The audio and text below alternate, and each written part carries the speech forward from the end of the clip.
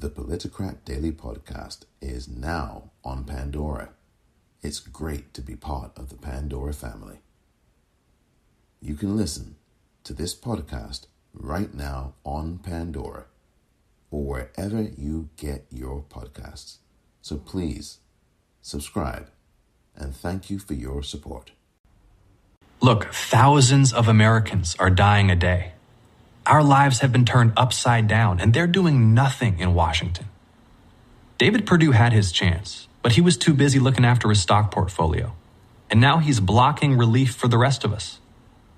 We can defeat this virus by listening to doctors and scientists. We can pass direct economic relief. We can get our daily lives back, but only if we vote. I'm John Ossoff, and I approve this message.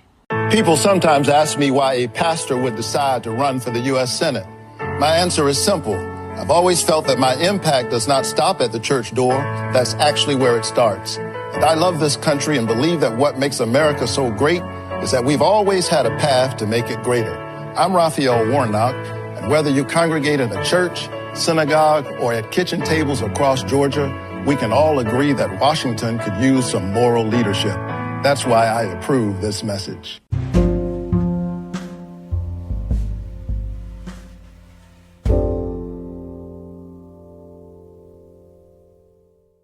Welcome to the Politicrat.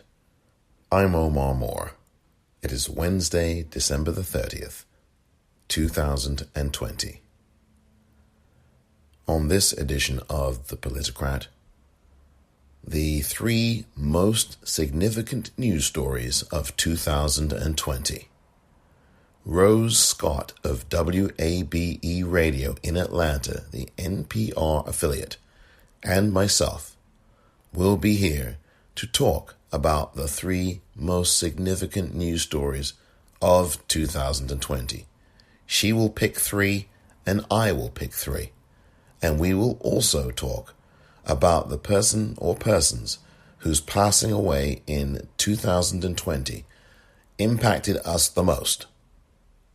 All of that coming up next.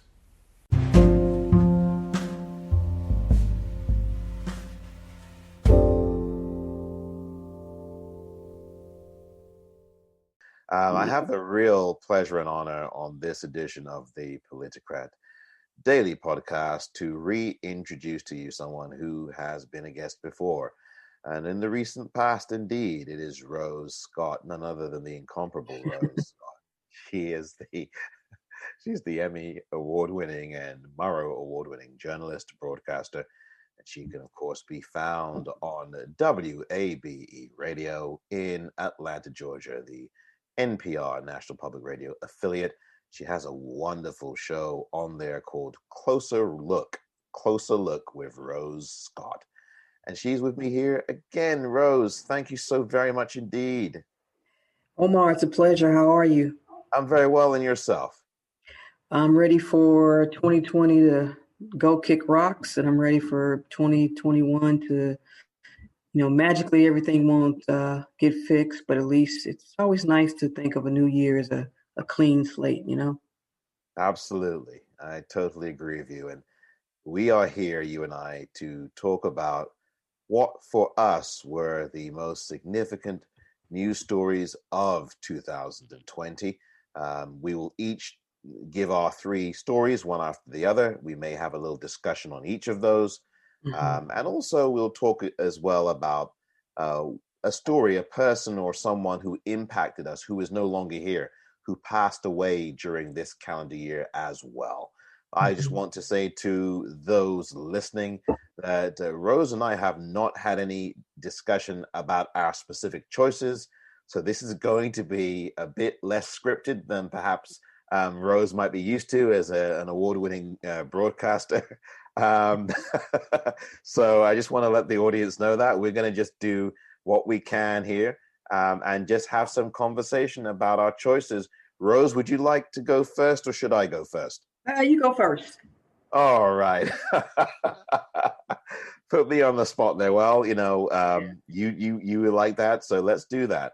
The story for me, one of the most impactful stories for me is, quite frankly, one I think that is going to be true for almost everybody. It's going to be the coronavirus and how we've dealt with that over these last 10 and a half months or so.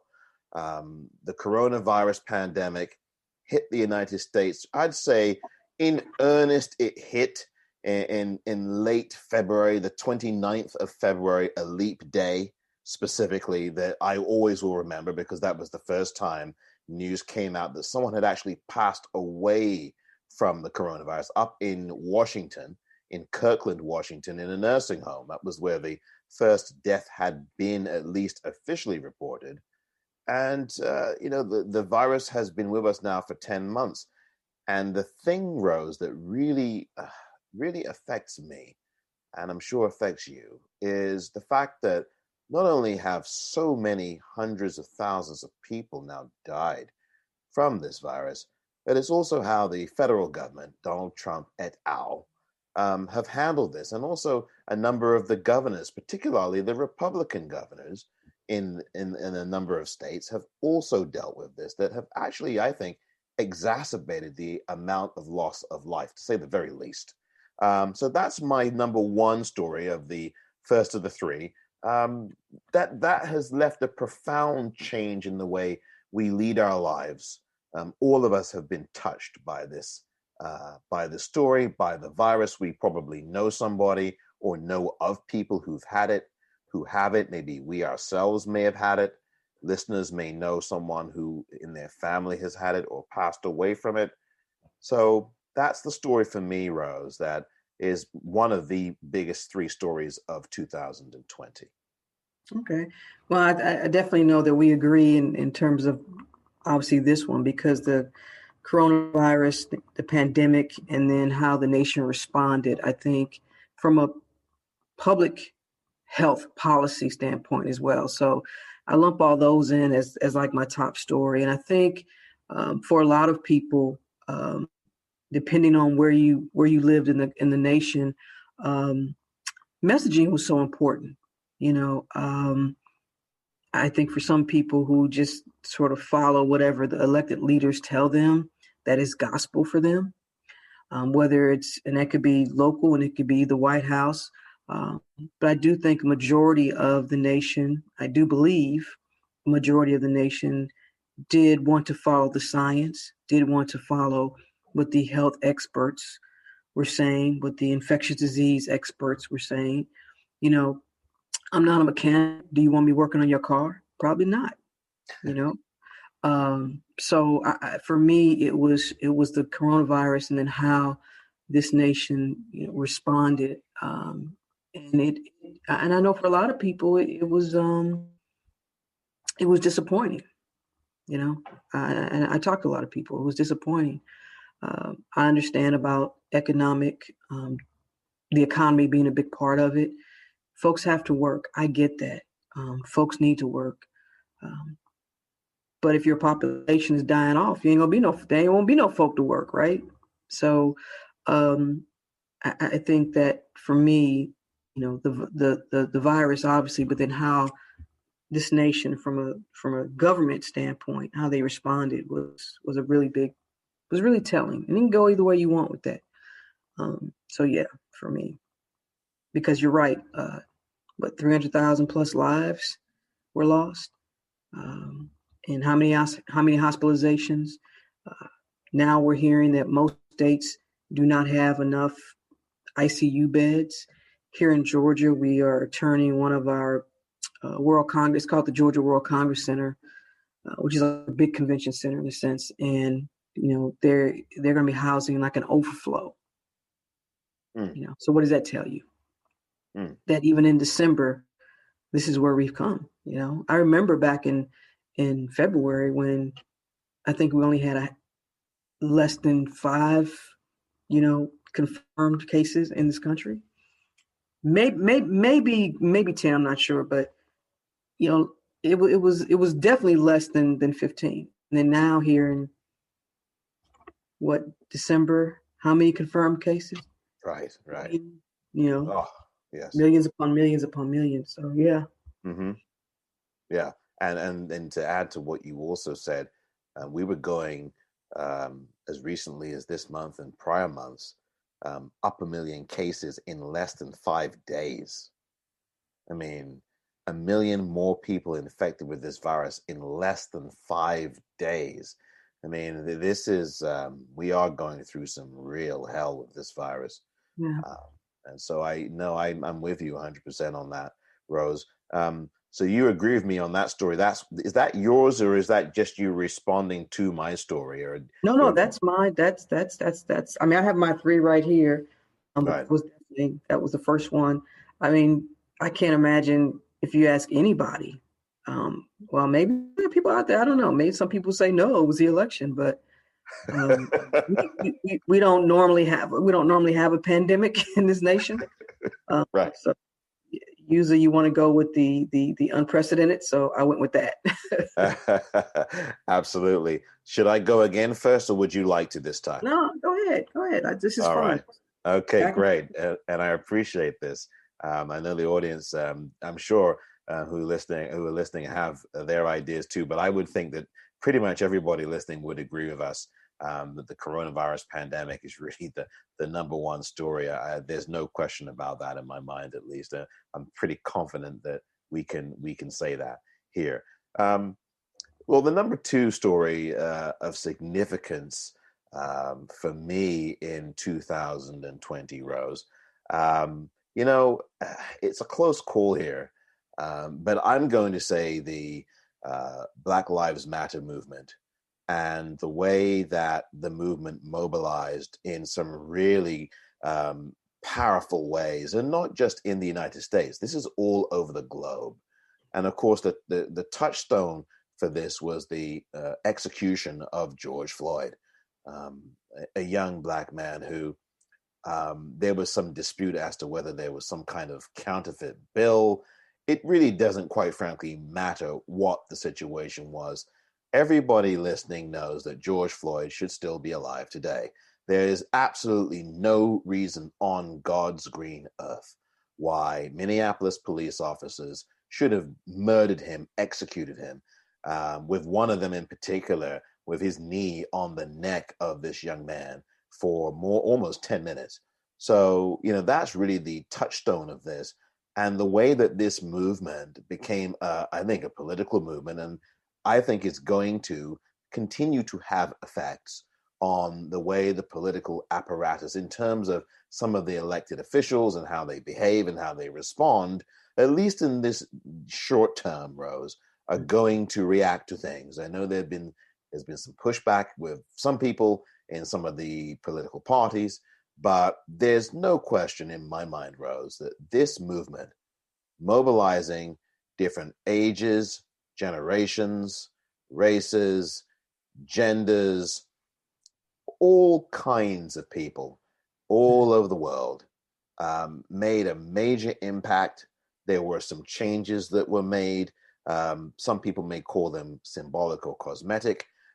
In some instances, there were legislative changes made in New York State. I can think of some of those. And a number of places. I know the House of Representatives passed a bill called the George Floyd Justice in Policing Act. I guarantee you that they would not have passed this bill had not millions of people been in the streets after this horrifying murder and execution. So for me, Rose, I do look at the Black Lives Matter movement as an entity that hopefully will continue on in this renewed and reinvigorated manner beyond this year and into next, but also become a political force as well, so that you can get people who can move from mobilization in the streets, but continue it into positions of political prominence and leadership. I think that will also be a major push for this movement. So that's my other story, number 2 story of this calendar year, Rose. Yeah, I mean, for me too, it's a combination. It's a hybrid. It's the movement, but it's also the reaction of the nation to the movement that was a little bit. I won't call it bittersweet. I'm not sure that's the best way to define it, but it was almost as if, here we go again. You have to have images or imagery to convince some people. I just talked about this at a conversation with Michael Eric Dyson about this just last week. And, we've been here before, Omar, as a nation. We were here before after the Civil War. We were here, during Jim Crow. We're here throughout segregation. We're here through the 60s, the Civil Rights Movement. We've been here before. And I guess what's different, when all the people that I talk to agree, is that you have a very diverse collective of folks who are in for the cause, so to speak. Now, will these folks continue this next year? I always say, if you're going to be woke, be woke. Don't just be woke in the moment. If you're going to be woke, stay woke throughout all of it. Because folks like John Lewis and C.T. Vivian and Reverend Laurie, who we lost this year, they were in it for more than 50 years and still fighting. So for me, it's the reaction to the Black Lives Matter movement. And for me, it's what is next? What are the actual outcomes that comes out of this? And I think that is still yet to be seen. So when I think about the folks that I interviewed as it relates to a man that was shot and killed here by the police and all the circumstances around it, there are different sides related to that in terms of Rayshard Brooks, but Ahmaud Arbery, Breonna Taylor, Elijah McClain, George Floyd, and we keep say their names. Well, we still saying Emmett Till's name, Right. We're still saying a lot of folks' names. So it's nothing new, America. But the question is, what comes out of this moment, this movement? It was the largest one we have witnessed since the Civil Rights Movement. So yeah, to be continued. Very much so.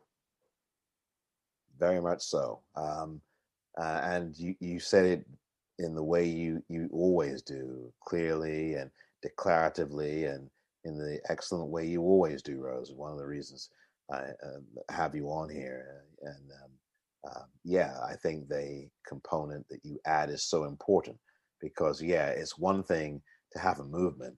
The to be continued part is actually the most important part. Right. Because it's been continuing since the 1960s, and there's been some achievements, but then there's still been some of the same, disparities and inequities. And, look, I mean, it goes on and on. So, yeah. And certainly has been going on. If you really look back, even before the 1960s, the perpetual movements of Black people in this country have gone on forever. Abolitionist movement, all manner of things. But I take your point, obviously, Rose. I know exactly where you're going and what you mean, and it's all very, very clear as you put it. This was huge, and we will see, because it's funny. I do want to add something. Mm-hmm. I think about in Portland, Oregon, the Wall of Moms. I don't mean to pick on them, but I do want to mention this as an example to your point about to be continued. The Wall of Moms. I don't know if you recall them. Very prominent. It's a movement, I think, that they still existed as an organization. But I remember very prominently, I believe it was in September, August, September area, or there around, they got a lot of publicity. And we don't hear very much now. And we will see if we hear from them and others in 2021, when, God forbid, but we all know it's going to be some police doing, or some white mob, that's going to do this and end the lives of someone who is Black in this country, in this brutal way. And we will see who does stand up with us. We'll see. Yeah. Number 3 story. Would you like to offer yours, or should I do it? We got a good thing going. Go ahead, Omar. Okay, Rose. We'll do. The number 3 one for me, and this belongs under the heading of infrastructure. And that is to do with, it's really, I'm cheating here a little bit, but it's part of the same thing as why I said it's under the heading infrastructure, is dealing with, number one, the general election, regarding the coup attempt that was foisted upon us all. Number two, the U.S. Supreme Court and how the Republican Senate rammed through Amy Coney Barrett. And part three of that number three story is the impeachment trial, or I call it the impeachment sham trial of Donald Trump back in February of this year, where Mitch McConnell and the Republican Senate once again, in this instance, did the thing that has never been done to the best of my knowledge in American history, and maybe it has been done, but I'm not aware of it, is not call a single witness in a trial. Now, I'm sure when it comes to Black people, we have probably had situations where some of us have been put on trial and not had any witnesses called against us, in more informal settings than courts. But in the case of in a courtroom or even in a political trial like this, there was not one witness ever called. And we know Anita Hill, going back to 1991, she didn't have some of her witnesses to testify, but there were witnesses in that whole Clarence Thomas, Anita Hill hearing. But in this impeachment trial of Donald J. Trump, there was not one witness called. And that's just part of my story, those three things. And the point of the reason why I have that as my story, Rose, is it's about the breakdown, not for the first time, but in 2020, that people who pay attention can see the breakdown of any kind of governmental, institutional apparatus. These things are supposed to go in this order of proper functioning. It's never going to be perfect. We've seen issues like this before, but these three things, and there have been others people will point to. 2000. I call that a coup, quite frankly. If you look at the election of 2000 with Al Gore and George W. Bush, and how Katherine Harris, the Secretary of State in Florida, did what she did there to purge hundreds, 100,000 almost Black people off the voter rolls.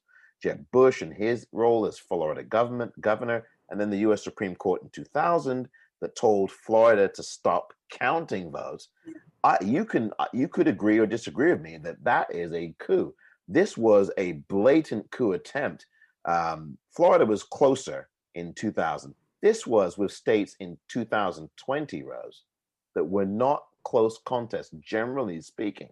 And it was an attack on Black voters in these 4 or 5 states. And you know which states they are. One of them is the state that you're in right now in Georgia. So those are mine for number 3. Yeah. Well, I think you have valid points there.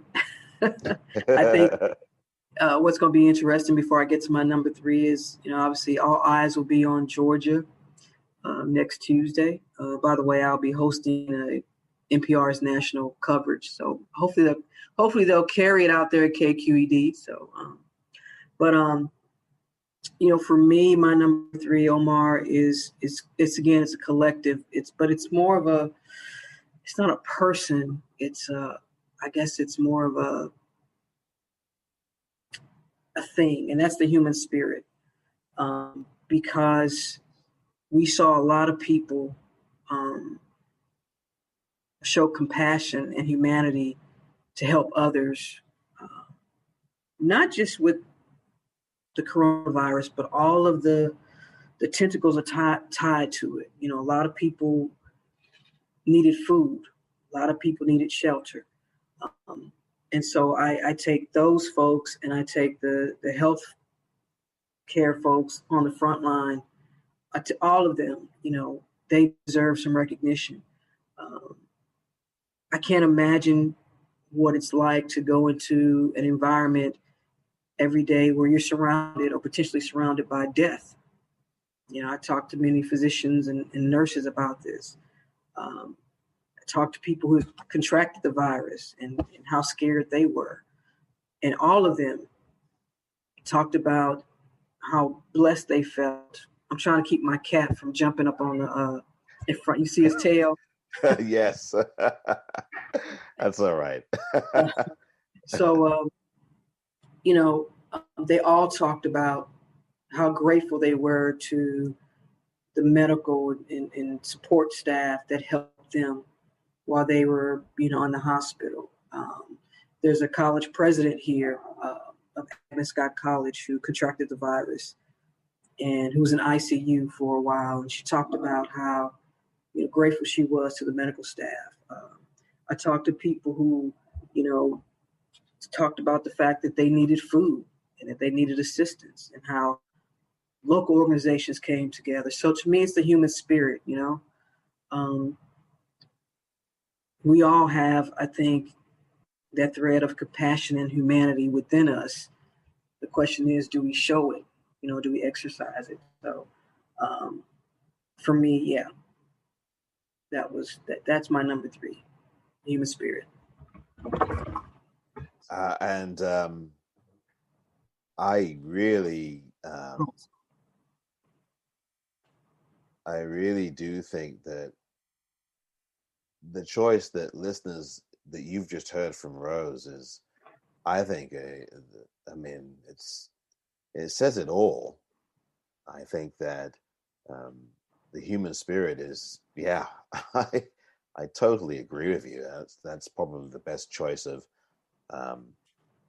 all the choices that we've gone through. The 6 choices total that we've gone through is the human spirit, because at the end of the day, that is exactly what holds people together, what moves us or what doesn't, depending on what that spirit is and where it takes us. And I totally agree, Rose. That's I must say that's probably the best choice of all of the 6. I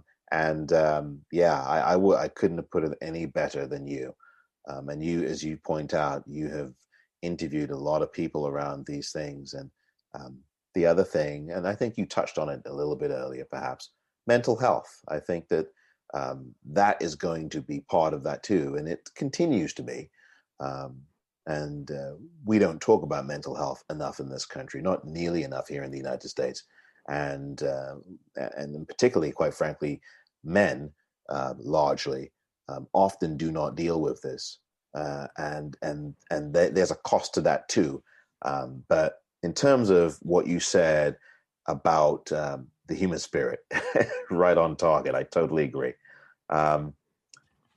Now, I would like, what we're going to do now is talk about the passing of a person, or persons, but typically one person or persons. In 2020, we lost so many people. People we know, people we don't know, people who are famous, people who aren't. I just wanted to tell the audience that that's what Rose and I are going to do next is each come up with a person from 2020 or people from 2020 who their passing that affected us the most or that impacted us the most. And I'm going to ask again, Rose, what do you think? Would you like to go first or should I? I can go first. Mine is, this one's very personal because it's my sister, Connie. She did not pass away from complications of COVID, but she did have cancer. And for me, it was not being able to be with her, in those last months due to COVID restrictions and things of that nature. I will say this, just going back to the human spirit, her hospice nurses were just absolutely phenomenal, just amazing people who, would FaceTime or who would talk with me. So for me, it was just because my sister Connie's always been kind of the, I had a lot of siblings. There were 10 of us, and even just after losing a brother in December of last year, and then we lost Connie in May of this year. So she was, you always have that one sibling that keeps everybody together. She can hug you or she can tell you off when you get on her nerves. So And for me, it was, when I think of 2020 and I think of all the stuff that's happened, from the pandemic to politics to protests, and I know that I am not alone, because there were so many people who lost loved ones due to COVID. I think about the two young men who lost their lives in Wisconsin who were murdered. Loss it's a hell of a thing, right? Mm-hmm. And so for me, just for my sister, and I knew that she knew that, she was respected and well loved, but there's just something about when you lose your big sister, someone that you've always uh, admired, and you've had different paths, you've taken different roads in life, but that's okay. So for me, when I do think of 2020, I will think of her passing, but it won't be a sad thing. It'll be good memories, and to know that, even with technology, I mean, look, I'm always fussing about technology. Technology can ruin people, but due to technology, I did have an avenue to spend some time with her. So, for me, it was my sister Connie. Well, I do want to say, Rose, my deepest condolences to you Thank you. on the loss of your sister Connie. I'm so sorry for your loss.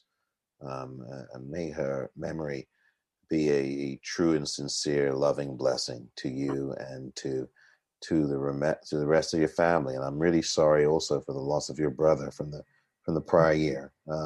Loss is a profound thing, and we cope. Um, we grieve, we mourn, and as you, I think, alluded to, or at least people have alluded to this, you appreciate someone's life and you celebrate the meaning of their life and celebrate them as people, even as you mourn. But those things may not happen at the same time. Sure. So again, I do want to say thank you for sharing that, because that's very personal. Um, and I again, my profound condolences to you and your family on the loss of your sister, Connie. Well, thank you. For me, I think there are a number of people who I think people would talk about. Um, some people might say Ruth Bader Ginsburg, the Supreme Court Justice. Some people might say John Lewis. And some people may say someone else, Chadwick Boseman. Mm-hmm. In the UK, some people might say Dame Barbara Windsor, Mm-hmm. or Dame Vera Lynn. Yeah. People of that effect that mean a lot to the country as well as to individuals. But for me, I'm literally going to go with the people we don't know, those Yeah. 330,000 people who passed away in this country, and for that matter, the nearly 2 million people globally who passed away from this virus. And of course, people passed away from other things, as you've alluded to. But for me this year, nothing in terms of loss had the impact on me as did particularly here in this country, 330,000 plus people. Mm-hmm. Rose, I did a podcast episode back in May, just before Memorial Day, actually, the day before, on a Sunday of that weekend, Memorial Day weekend here in 2020, where I read out a number of names, hundreds of names from the front page and inside page of the New York Times. And that page on that Sunday had all of these names at the time, and it was at the time 100,000 people. And it took me an hour to read X amount of hundreds of names. I read out where they were from, I believe, as well, and their ages. My whole thing is that we have to, in a year of such loss, with these 330,000 people and counting, put names and faces to these numbers, because I fear, and I think you would agree, that we collectively, not all of us, but a lot of us, have become numb. And it's a very dangerous place to be, even though it's a human place to be, because people do get numb, but they should never get numb. And I really hope that the media, some of the main corporate news media, change the equation and put names and faces and photographs of people who departed.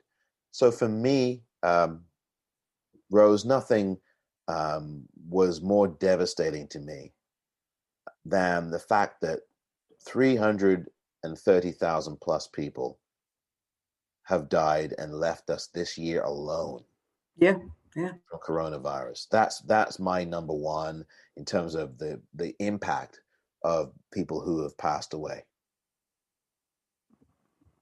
Yeah, I think you're absolutely right. I mean, that, I wish there was a way we could, say all of their names, and it reminds you after 9/11 and how, as a nation, we made sure that we were going to have some type of memorial or some type of recognition of these folks. And I think as we get through this, and maybe when we get beyond it or behind it, as they say, or around it, whatever it's going to be, then maybe there will be a way to, from a national standpoint, to honor all these folks.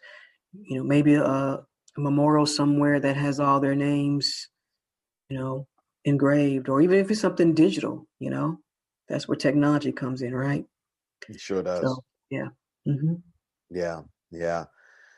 Wow. My goodness me. It's really been something.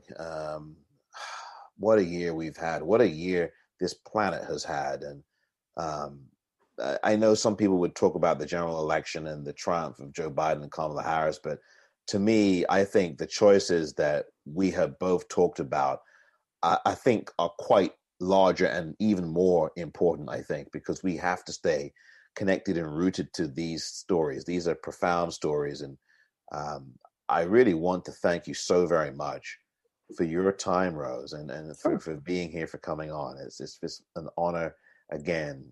Rose, thank you so much indeed. Rose Scott, of course. Rose Scott is the broadcaster extraordinaire, journalist, and an award-winning journalist, Emmy Murrow, the incomparable Rose Scott of WABE Radio in Atlanta, Georgia. Of course, the NPR affiliate there, National Public Radio. Her wonderful show, Closer Look with Rose Scott. And as you heard, Rose is going to be doing national broadcasts. Can you tell everybody again about that? And I'm going to put a link to all of this. Hopefully we will have it out here too. Yeah, I think KQED is carrying it out there on the West Coast, but it's so NPR. So we're going to anchor, live, sort of like live election analysis. Now I'll tell folks ahead of time, don't expect to tune in and find out who the winner is, because we're a little slow in Georgia, but right. So we will just have some analysis, and the NPR political reporters will join me, as well as some of my WABE colleagues.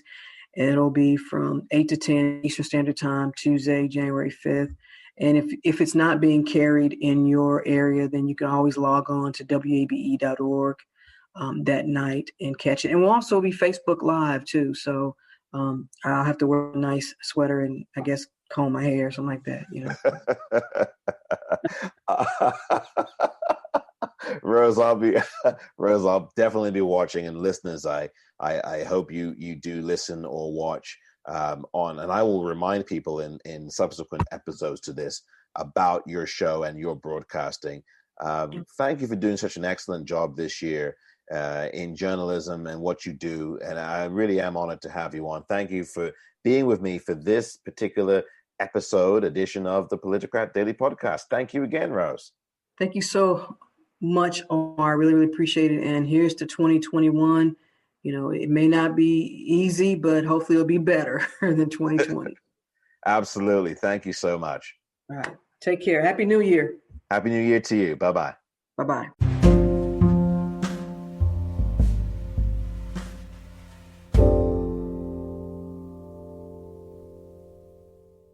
For conversation, information, and revelation, it's the Politicrat Daily Podcast with me, Omar Moore. Subscribe now and spread the word. Thank you for your support.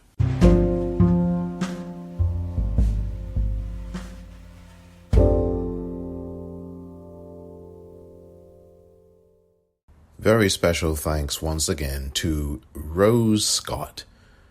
Rose Scott, of course, the award-winning journalist, Emmy award-winning, Murrow award-winning journalist and broadcaster. She hosts the show Closer Look with Rose Scott on WABE Radio in Atlanta, Georgia, an affiliate of NPR National Public Radio.